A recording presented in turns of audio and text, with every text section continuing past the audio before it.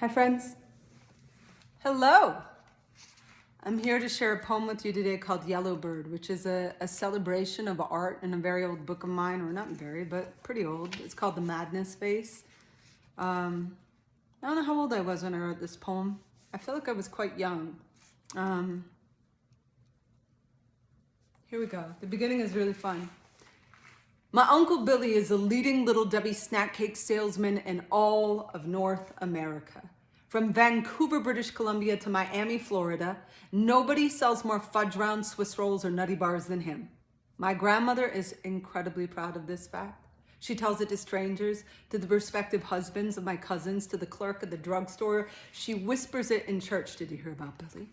Yeah, he's the leading Little Debbie snack cake salesman in all of North America.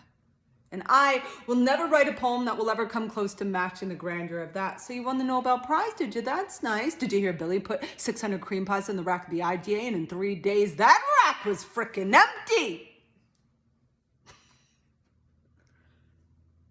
I miss my hometown so much. Why is art the first class to be dropped by any public school?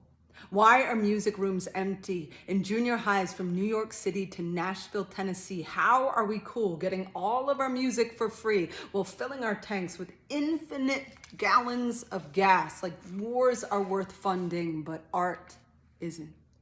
Our culture is a prison, and the only one with the key is little Emmy Jones, covering every inch of her standardized test with the best number 2 pencil version of A Starry Night anyone has ever seen. And yes, there is a hummingbird in her chest. Its wings are beating 80 times a second for the second it takes you and I to see that Dr. King did not write a speech called I Have a Dream. He wrote a poem called I Have a Dream.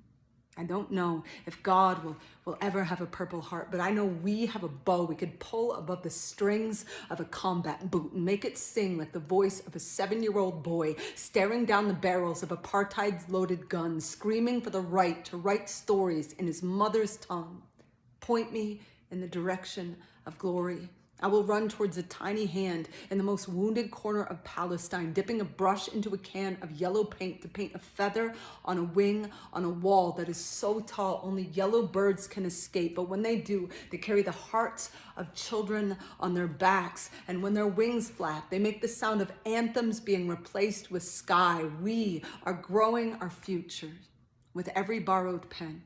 I pray tonight we will write a rain that will fall like the tears at Folsom Prison, the day Johnny Cash smashed his guitar over apathy's head, the way Frida Kahlo, in the prison of her own body, had whole years when she could paint nothing but red, but she painted through the bars and the locked cells of her pores, the same way saxophones in New Orleans played music underwater, knowing some of those notes would rise up to the air, carrying people and hope to shore.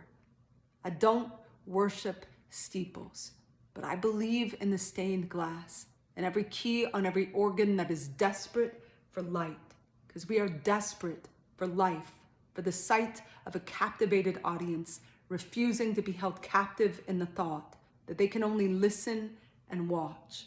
Picasso said he'd paint with his own wet tongue on the dusty floor of a jail cell if he had to. We have to create. It is the only thing louder than destruction. It is the only chance the bars are going to break. Our hands full of color, reaching towards the sky, a brushstroke in the dark. It is not too late. That starry night is not yet dry.